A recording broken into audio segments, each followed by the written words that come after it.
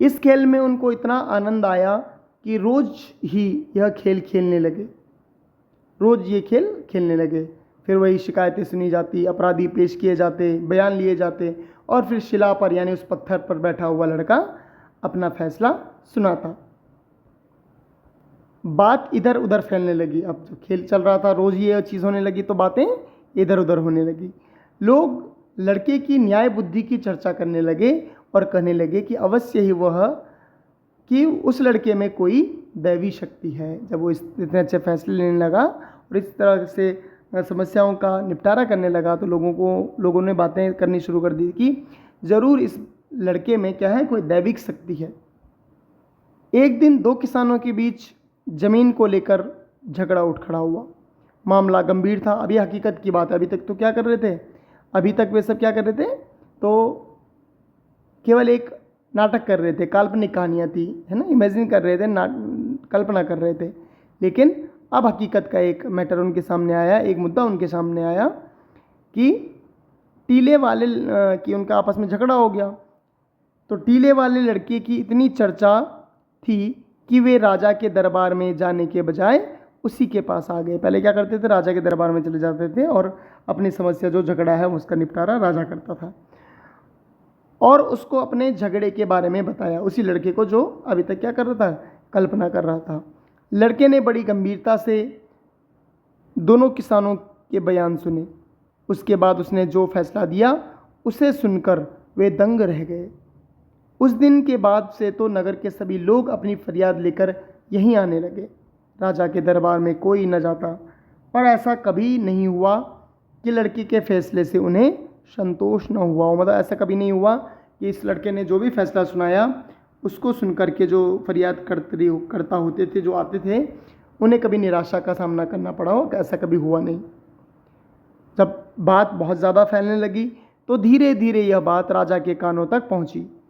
उन्हें उसको बहुत क्रोध आया। उसने गरज कर कहा, उस छोकरे की यह मजाल कि वह अपने को मुझसे अच्छा न्याय करता समझे। मैं इन किस्सों में विश्वास नहीं करता, मैं खुद जाकर देखूंगा।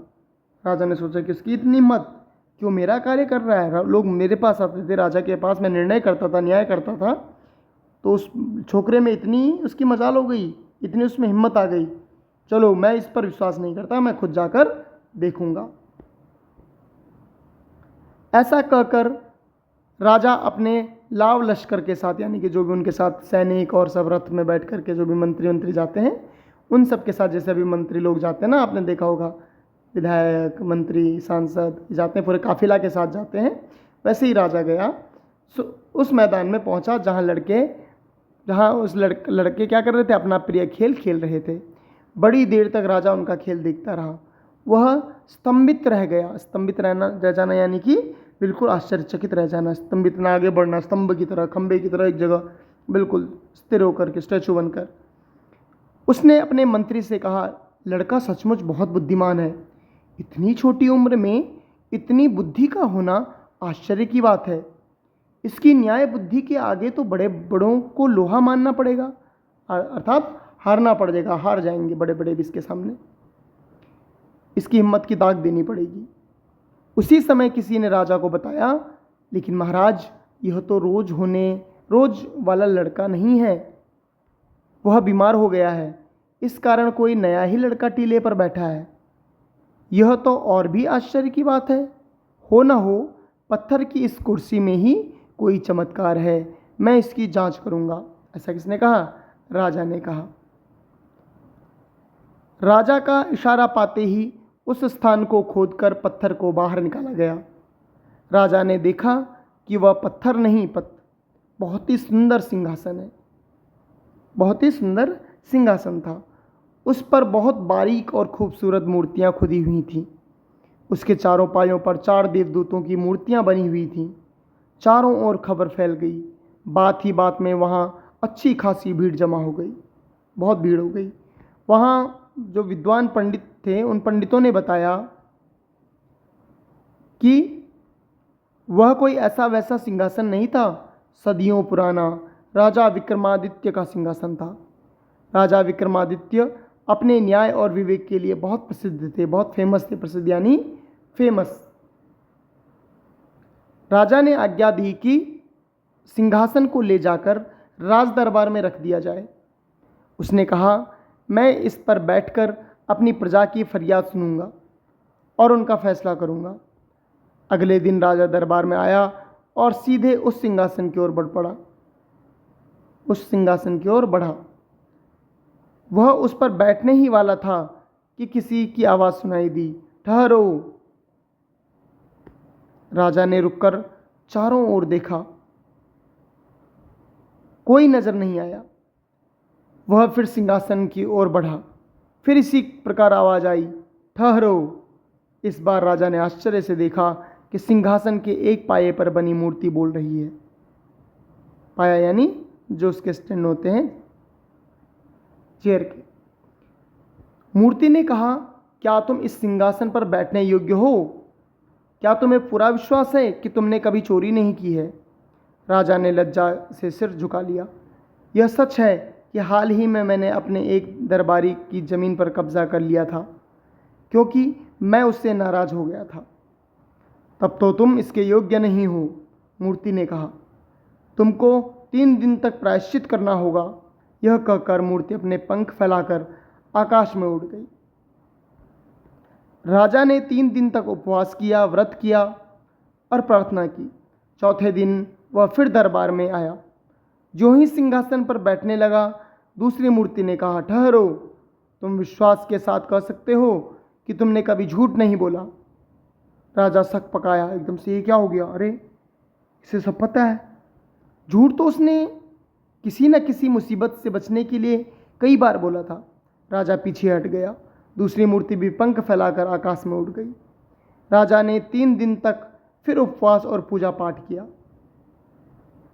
तीसरी बार वह फिर सिंहासन पर बैठने के लिए आगे बढ़ा। हिचकिचाते हुए वह आगे बढ़ा। वह बैठने ही वाला था कि तीसरी मूर्ति ने पूछा, बैठने का पहले यह बताओ कि क्या तुमने कभी किसी को चोट नहीं पहुंचाई? राजा पीछे हट गया। तीसरी मूर्ति भी अपने पंख फैलाकर उड़ गई।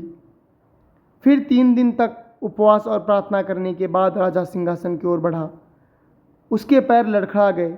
चौथी मूर्ति ने कहा, ठहरो। जो लड़के इस सिंहासन पर बैठते थे वे भोले भाले थे। उनके मन में कलुष नहीं था। अगर तुमको विश्वास है कि तुम इस योग्य हो तो इस सिंहासन पर बैठ सकते हो। राजा बड़ी देर तक सोचता रहा। फिर उसने मन ही मन कहा, अगर एक लड़का इस पर बैठ सकता है तो भला मैं क्यों नहीं बैठ सकता हूँ? मैं राजा हूँ।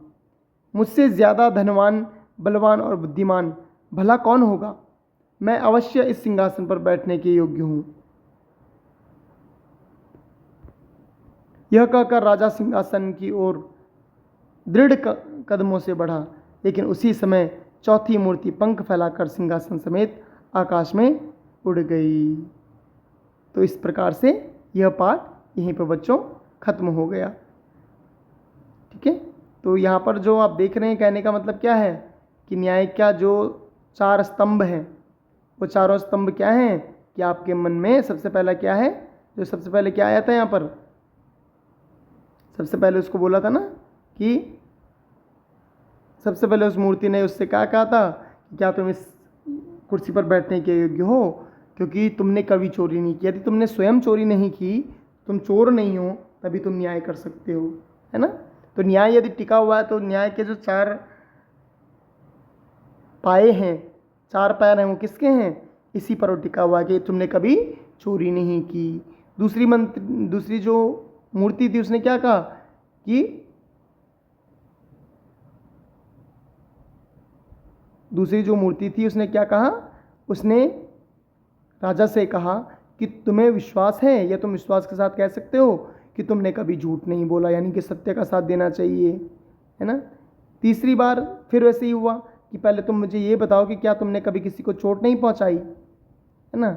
और अंतिम में भी सेम ऐसे ही है कि जब राजा वहाँ बैठने लगता है तो मूर्ति जो उसमें से निकलती है पाए में से, वह फिर पूछती कि क्या तुम्हारे मन में कोई कलुष, कोई द्वेष है, कोई कलुष है, दूसरे के प्रति दुर्भावना है? यदि है तो तुम इसमें बैठने के योग्य नहीं हो। इसलिए चौथा स्तंभ से जो मूर्ति थी वो भी उड़ गई। कहने का मतलब क्या है कि एक भी स्तंभ यदि डगमगाया तो कुर्सी हिल जाएगी, सही से बैठ नहीं पाएगी, आप बैठ नहीं पाएंगे।